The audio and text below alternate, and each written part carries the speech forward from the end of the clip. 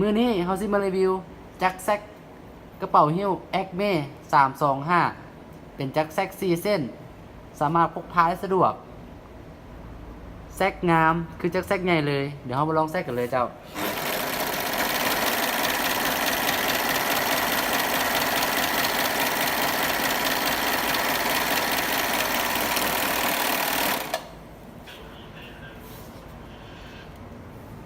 เป็น4เส้นคือจักรแซกใหญ่เลย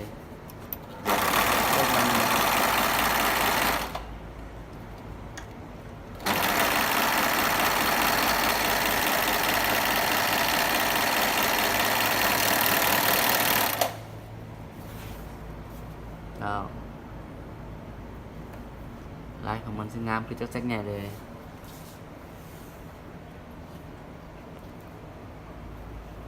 คันไผสนใจสามารถสอบถามได้เจ้าทางเพจของเราหรือว่าเบอร์โทรทางเทิงเลยเจ้า